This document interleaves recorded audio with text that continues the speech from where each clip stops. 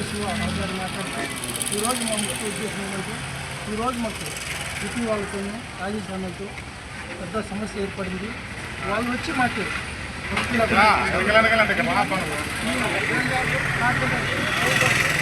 Electrician మొత్తం ఒక కూటమి ఏర్పడి ఒక మంత్రి ఆఫీస్కి వచ్చి హరీష్ బాబుని కలిసాము. ఎందుకంటే న్యాయం చేయాలని కోరుకుంటున్నాము.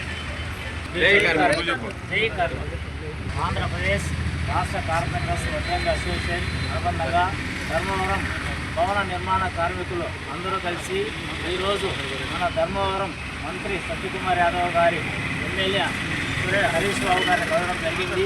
మా ముఖ్య ఉద్దేశం ఏమనగా ధర్మవరంలో భవన నిర్మాణ కార్మికులైనటువంటి బేల్దారులు కానీ, మేస్త్రీలు కానీ, కార్పెంటర్లు కానీ, పెయింటర్స్ కానీ, ఎలక్ట్రీషియన్ కానీ, పాలిష్ వాళ్ళు కానీ అందరూ చాలా ఇబ్బంది పడి ఈరోజు ఆర్థికంగా ఇబ్బంది పడుతున్నారు. కాబట్టి మేము మేస్త్రి గారిని యూపీ వాళ్ళ నుంచి ఇబ్బంది పడుతున్నాము. బీహార్ నుంచి, ఉత్తరప్రదేశ్ నుంచి, కలకత్తా నుంచి వచ్చి మాకు పని లేకుండా చేస్తున్నారు. వాళ్ళ నుంచి మాకు విముక్తి కలిగించండి అని ఒకసారి హరీష్ బాబు గారిని అడిగాము. సారు మాకు హామీ ఇచ్చాడు. నేను మంత్రి గారితో మాట్లాడి ఈ యొక్క సమస్యను పరిష్కరిస్తానని హామీ ఇచ్చారు. వాళ్ళ బెడదతో మేము ఈరోజు రోడ్లు పోవాల్సిన పరిస్థితి ఏర్పడింది. మేము ఈరోజు వేరే ఊరికి వెళ్ళి వలస పోవాల్సిన పరిస్థితి ఏర్పడింది. కావున మాపై దయించి మా యొక్క 20,000 మంది కార్మికులు పుట్టగట్టకుండా వాళ్ళ హిందీ వాళ్ళని పంపించాలని హరీష్ గారిని వేడుకున్నాము. సారు గౌరవంగా మాకు మర్యాద ఇచ్చారు. మేము మంత్రి గారితో మాట్లాడి మీ సమస్య పరిష్కరిస్తామని హామీ ఇచ్చారు. జై కార్మికులు, జై కార్మికులు, జై కార్మికులు, జై. నా పేరు Govindaraju, Dharmavaram electrician union association president. ఈరోజు సత్యకుమార్ గారు మమ్మల్ని ఇక్కడ ఆహ్వానించడం జరిగింది. దానికి తోడు మీ కోరికలు ఏమైనా ఉంటే ఆయన అడగమని చెప్పినాడు.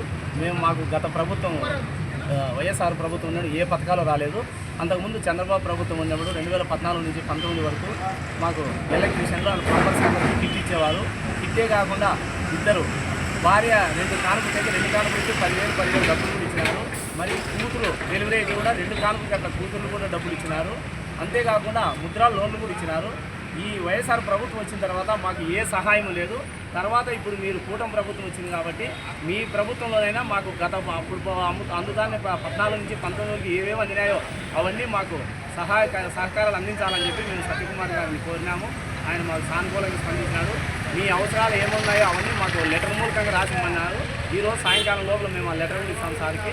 తర్వాత మళ్ళీ పిలిచి మీ కోరికలన్నింటికీ మేము సానుకూలంగా చెప్పి మీ కోరికలన్నీ తీర్చాలని చెప్పి మాకు మాట ఇచ్చినాడు.